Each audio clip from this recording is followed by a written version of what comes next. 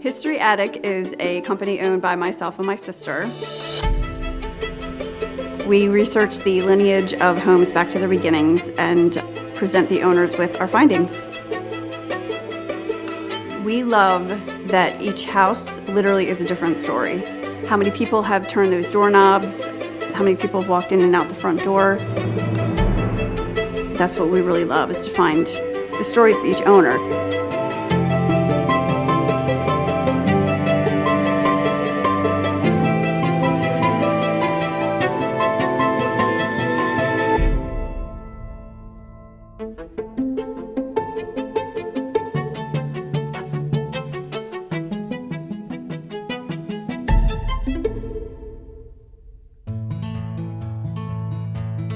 We knew we wanted a place with history, stories, character, a place that had been lived in, that we could continue to add our life stories to.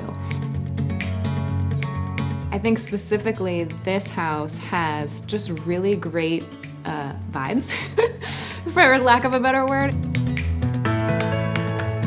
The second we walked in, you could tell that this was a home for people who were just good, kind people, and it was important to us to continue to unravel those stories throughout time and to continue to learn more about the space.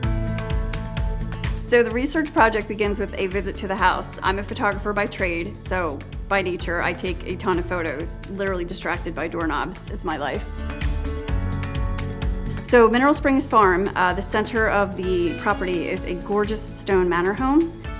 The house itself is made out of field stone, which was unmilled stone, and literally farmers would take the stones from the field and build their home, which is thus a field stone home.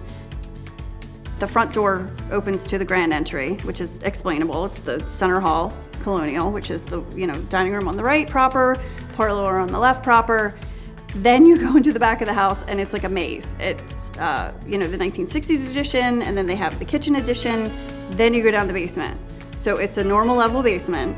Then underneath the basement, they have two sets of stairs that go down, and it opens into this milk vault, which I don't think I've ever seen in a house. I've seen a root cellar, outside a house or far away, but never underneath. Then, to make matters even more crazy, there's a door that opens and a tunnel, and then there's a well that's inside the house that you could access from the sub-basement in the house. If that makes any sense. So when we first reached out to History Attic Research, we wanted to know more about the details that we couldn't find. So we knew we needed a partner, and we had a couple things that we wanted them to look into specifically, but we really also just wanted some overall research, whatever they could find. Some things we wanted to learn more about were maybe some of the women in the house, because we really didn't find much about that on our own. We also wanted to know more about these rumored connections to the Underground Railroad. So those two specifically. What else am I missing? I think some of the change of the land itself, right, and where it was, how big it was, where was there a barn, where were these mineral springs?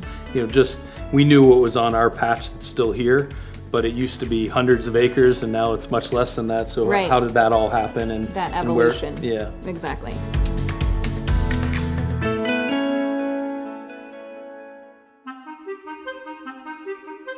So the process always starts with a deed trace.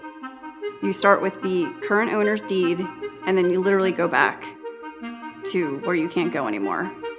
We go beyond when the house was built, back to William Penn, because that's when everything started.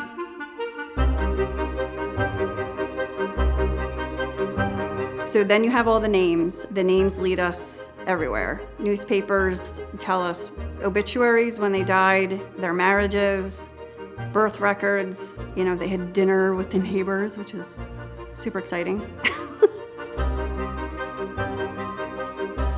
So Langhorne was called Attleboro, then before that it was called Four Lanes End. So I literally did a Google search of history of Langhorne. Four Lanes End came up. I Googled Four Lanes End, and we found the most amazing book written by Marty Grundy. She is a direct descendant of the Paxton family.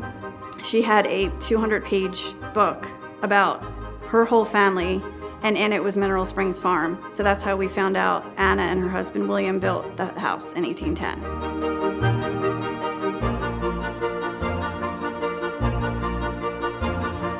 They had 2 children, and tragedy struck Anna. Within 10 years, she lost her husband and her 2 children. So here she is, 60 years old, in the 1800s, trying to run a farm by herself. So she called her nephew, Samuel Paxson, and him and his wife and children came, and they helped run the farm, and there's documentation of how happy Anna was to hear children again on the property. So it was a really happy homecoming story, and the farm did really well. The agricultural census shows that it was a thriving milk farm, thus the milk vault.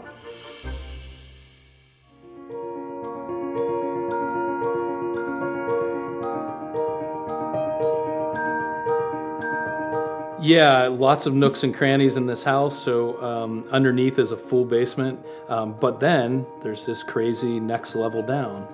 The room itself is brick. It has the original lime-coated ceiling, and then it opens to a well inside your basement, which is now 2 levels underneath the house.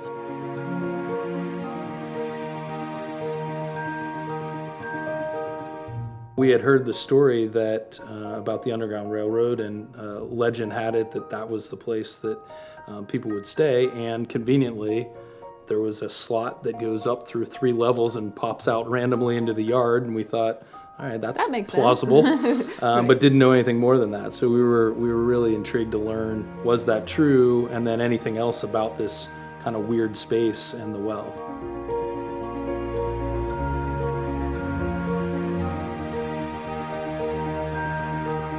A lot of owners claim that they have ties to the Underground Railroad. Another big story is that George Washington slept there.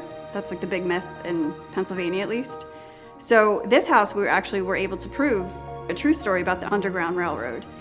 Whisper Down the Lane happens, and stories get told and passed down. The story for Mineral Springs Farm that Hannah and Jeremy were told was the milk vault was where the Underground Railroad took place, that the slaves entered through the ice chute and were somehow filtered through the house that way. Luckily, we had proof in Marty Grundy's book, the book that she wrote on the Richardson family. She has a line in there that Anna, the matriarch of the family, she helped a slave hide in the attic, hid him behind a door with a sleigh bell.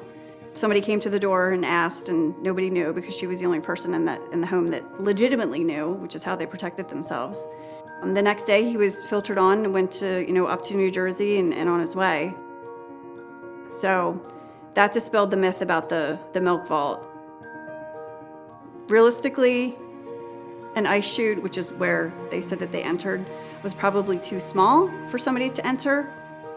And it would probably it was kind of like in the front of the house along the road. So, the Underground Railroad wasn't underground. It was just a network of homes and people that were sympathetic to slavery that, wanted to help these people to freedom.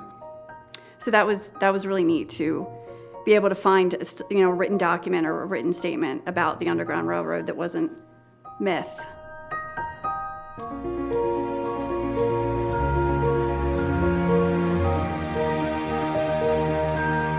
Historic homes are disappearing from our landscape more and more every day.